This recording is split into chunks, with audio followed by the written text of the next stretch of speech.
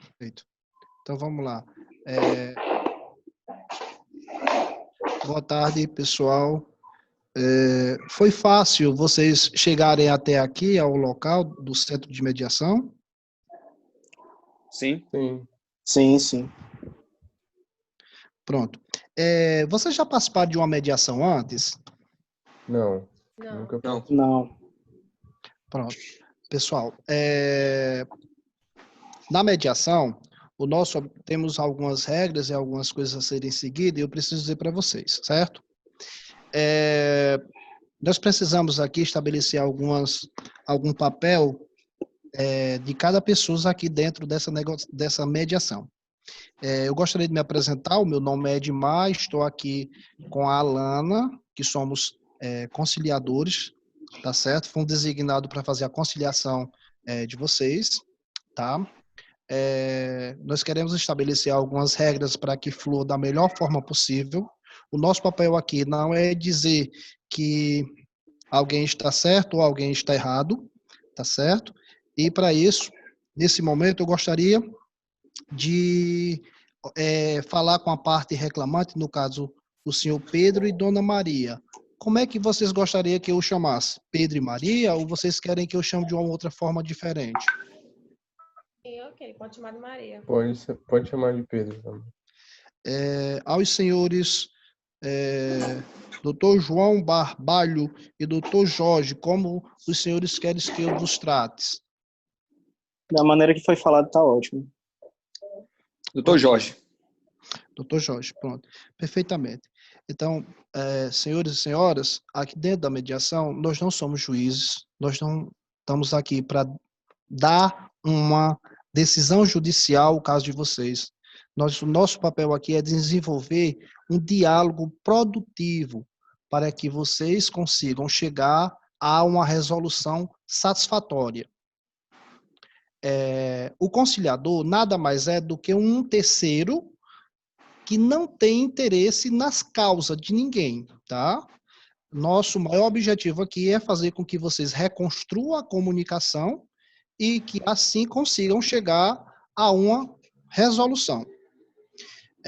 Quero destacar também que a minha colega aqui, nós somos assistidos por um supervisor que vai olhar todo o nosso trabalho e dizer o seguinte: tudo que é usado e falado aqui dentro dessa sala é confidencial. Nós não podemos, tanto eu quanto a Alana, nós não podemos ser testemunho de vocês.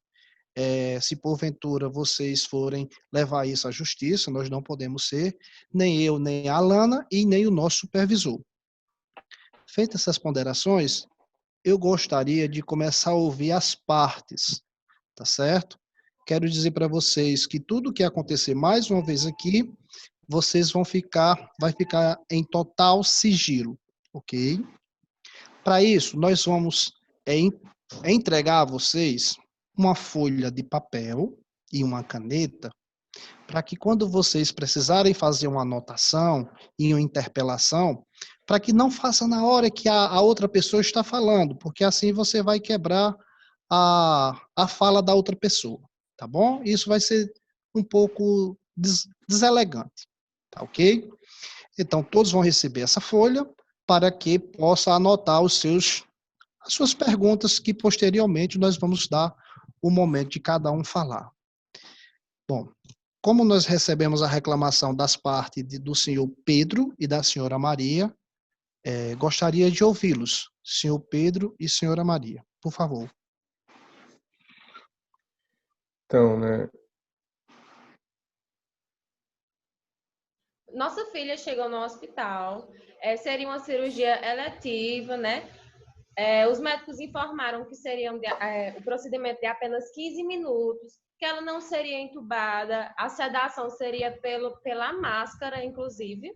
E aí, logo depois, muito tempo depois que esses 15 minutos, eles chegam informando que a nossa filha teve sérias complicações e que não sabem bem em qual estado ela vai ficar. E eu gostaria de dizer que está sendo muito difícil para a gente. Muito difícil mesmo, porque em um segundo minha filha estava ali brincando. Inclusive, trouxe o brinquedo aqui, favorito dela. Ela, todo dia, tava lá, feliz, andando. E agora, por não sei explicar o que aconteceu, ela nem se mexe, sabe? E, tipo, não sei se vocês são pais, se vocês têm algum laço desse com alguém, mas, cara, você não poder mais brincar com a sua filha, você não ter mais nenhuma resposta dela, sabe? Ela tinha a vida toda pela frente e eu não sei mais o que fazer. Eu não sei mais o que fazer, cara. Eu não tenho mais motivo de viver. Não tenho. Porque eu perdi toda a felicidade. E, entendeu? Cuidar da sua família com um emprego que não é tão valorizado. E ainda você ter que arcar com custas altíssimas, vendo ainda sua filha sofrer, sabe? Por erros que poderiam ter sido evitados. Isso, cara, é a pior coisa do mundo. E eu não desejo a ninguém isso. Eu só peço que me ajudem, por favor. Ok, pessoal. Senhora Maria e senhor Pedro, vocês têm alguma coisa a mais a acrescentar? Não. Só isso, doutor. Certo.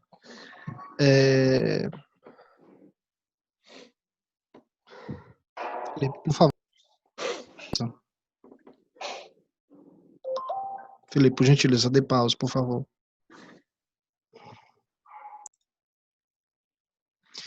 Então, perfeito. Ouvindo atentamente a senhora Maria e o senhor Pedro, e agora eu gostaria de dar a palavra ao doutor João Barbalho e logo em seguida ao doutor Jorge Furtado.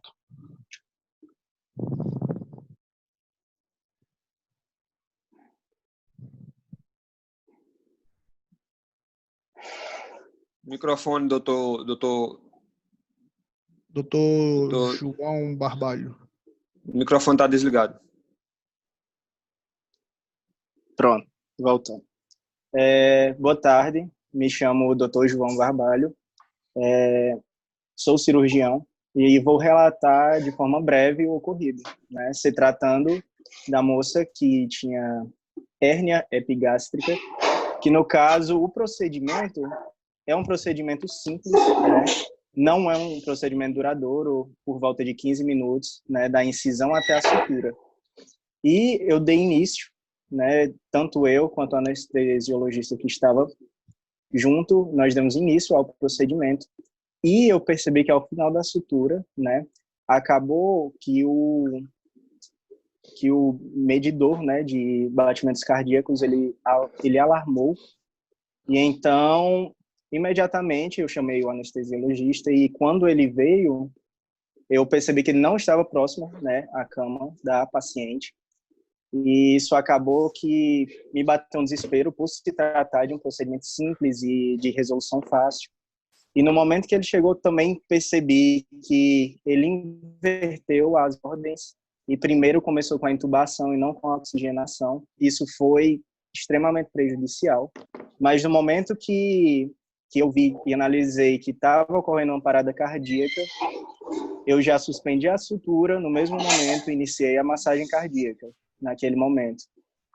Apesar da minha amizade com o Dr. José, foi analisado uma certa displicência, porque ele não estava próximo à cama da paciente, né? Ele estava perto da porta conversando com outra pessoa e realmente foi até assustador e muito surpresa e desde já eu também De forma humilde, na verdade, se precisarem de mim, qualquer familiar, eu estou à disposição. Fico muito triste com a situação, mas isso é basicamente o que eu tenho a falar. O procedimento, na verdade, foi realizado da forma simples, eu não esperava por isso, e eu encerro minha fala por aqui. Boa tarde. Ok. Dr. Jorge.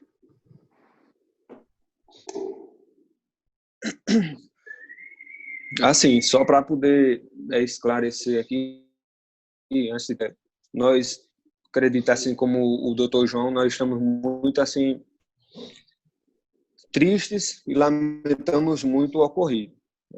O que eu tenho a dizer sobre o caso, já tenho alguns anos de experiência e durante todos esses anos eu fiz vários procedimentos parecidos com esse. Diante desses procedimentos, né, em todas as ocasiões, eu sempre fiz primeiro, né, a oxigenação e só depois só depois a oxigenação.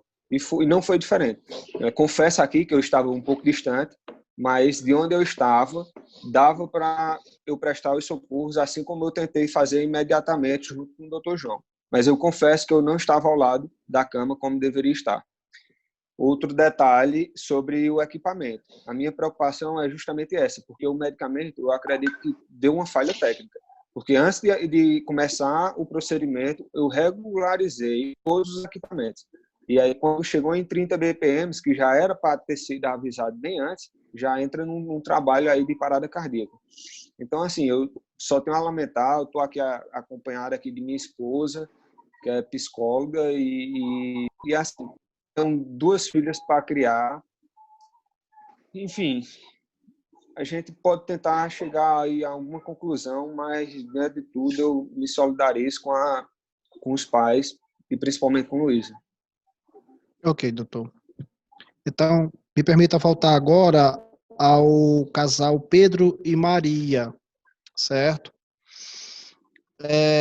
Deixa eu ver se eu entendi o que vocês falaram. Vocês têm uma filhinha de 4 anos de idade, por nome Luísa, e que foi submetida a um procedimento de uma pequena cirurgia. E dessa pequena cirurgia houve uma complicação, a qual ela veio se agravar a situação dela. E desse agravamento, ela acabou indo para a UTI. E está numa situação delicada, aonde precisa de alimentação adequada e higiene, e que precisa uma pessoa que fique com ela 24 horas. É isso mesmo que eu entendi? Exatamente. Infelizmente. Perfeito, certo. Agora eu me dirijo ao doutor João Barbalho. Doutor, vê se eu entendi o caso, as suas alegativas. O senhor disse que faz esse tipo de cirurgia há muitos anos e que é um profissional experiente e que fazia uma que no final da sutura, o senhor detectou e viu o bip do monitor cardíaco, aonde a criança estava tendo uma parada cardíaca, onde o senhor começou de imediato a fazer as massagens cardíacas, deixando a sutura para um segundo plano. E dessa forma, automaticamente, o seu colega veio auxiliá-lo para fazer o que estava ao alcance para sanar a situação. É isso mesmo que eu entendi? É isso mesmo que eu entendi, doutor? Justamente, boa tarde novamente. Foi ao final da sutura, nós escutamos, né, o alerta e analisamos que estava a 30 BPM, né, 30 batimentos por minuto, e já se caracterizava uma parada cardíaca. Então, no momento, eu acredito que foi a forma mais sábia também, deixei de lado a sutura, como você disse, por segundo plano, e iniciei a massagem cardíaca. Imediatamente, o doutor José já foi iniciando a intubação traqueal, né, para ofertar o oxigênio. Ok, doutor, obrigado. Dirijo-me agora ao doutor Jorge. Doutor Jorge Furtado. O senhor, aqui na fala que o senhor proferiu aqui na sala, o senhor disse que isso acontecia como um caso corriqueiro, que já tinha feito várias outras situações, que até uma parecida, que o senhor acabou tirando a máscara e fazendo a ingesta de oxigênio de uma outra forma. E que isso o senhor se encontra arrependido de tal situações que aconteceram e que se encontra à disposição da família para ajudar no que for necessário. Foi exatamente isso que o senhor diz, doutor? Foi isso que eu entendi? Foi justamente isso, doutor. Agora, eu ressalto só que estou à disposição de ajudar a família, evidentemente, mas aí dentro das minhas limitações. É porque eu tenho uma esposa, tenho 2 filhas, né, recebo apenas R$ 3.000 por mês, mas mesmo assim estou disposto a ajudar. Pronto. Algo que é muito interessante no processo de mediação, que o terceiro não interessado, no caso o mediador, estabeleça o seguinte, para que vocês encontrem uma solução. Aos pais, ao senhor Pedro e à senhora Maria, como vocês gostariam de que isso fosse resolvido? E aos doutores, como vocês poderiam ajudar aos pais para que tenhamos uma comunicação produtiva? Então, eu sei que nada pode reparar o que aconteceu, né? Já aconteceu. E eu não quero, sabe? Tipo, a gente não quer culpar alguém, sabe?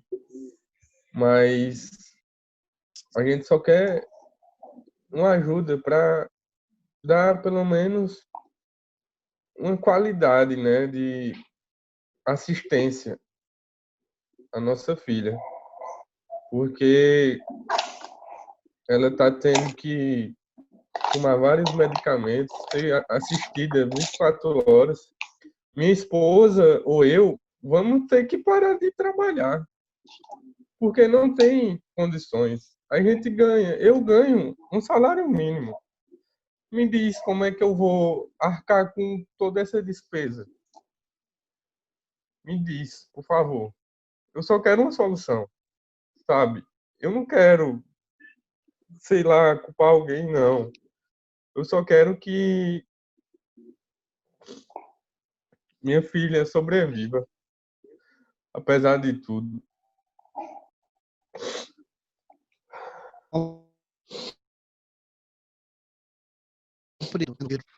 Diante da mediação, vocês também, se vocês quiserem sessões separadas, individuais, a gente pode conceder um ao casal dos pais e aos outros aos médicos, certo? E aos doutores que aqui estão presentes, como nós poderíamos solucionar, equacionar esse auxílio à família do senhor Pedro? Bom, eu vou dar com licença, eu vou dar uma sugestão, e aí, se concordarem, desse meu orçamento, tem como eu dar uma contribuição, né, até ele chegar a uma conclusão aí, até ele receber um benefício, a criança receber um benefício, tem como eu dar uma ajuda de R$ 500 por mês. Certo. Sei que nenhum valor produtivo. consegue reparar o dano causado, mas Compreendo, doutor Jorge. Já é uma boa proposta, né? Já que nós não tínhamos nenhuma e já começamos a ter uma. E aos pais, o seu Pedro e a senhora Maria? Nossa renda gira em torno de 2 salários mínimos e só R$ 500, doutor, não vai dar para suprir a falta do emprego que meu marido não vai mais trabalhar, né? Ou então eu.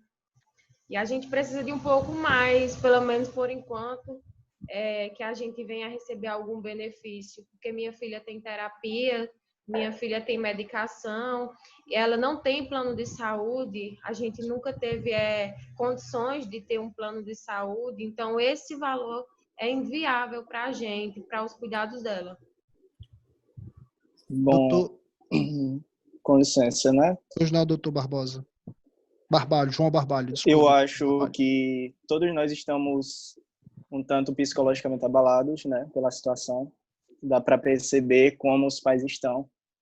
Então, o meu posicionamento seria, né, como eu não sou casado, não tenho filhos, eu me posicionaria com um acompanhamento, né, pelo menos de uma vez por semana, estar acompanhando a Luísa e arcar com as despesas dos medicamentos dela. Seria o que eu poderia assistir vocês dessa forma. E então eu fico aguardando, né, um posicionamento de vocês também. Pronto, já temos uma Pronto, proposta. doutor, diante disso,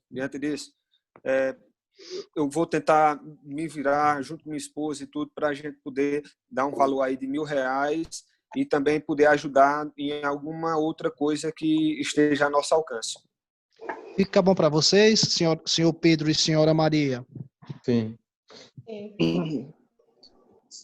Com licença novamente, de toda forma, fica também aí um meio de comunicação, tanto dos pais com a gente, né, e qualquer coisa que precisar, nós estamos à disposição também. Então, podemos dizer que temos uma comunicação restabelecida e um acordo aceito, pessoal. Dr. Jorge vai conceder R$1.000, Dr. João Barbalho vai conceder a medicação e o acompanhamento, e para os pais, fica satisfatório dessa forma? Sim. Sim. Pronto, então, temos aqui um acordo estabelecido, uma mediação que teve a sua comunicação restabelecida.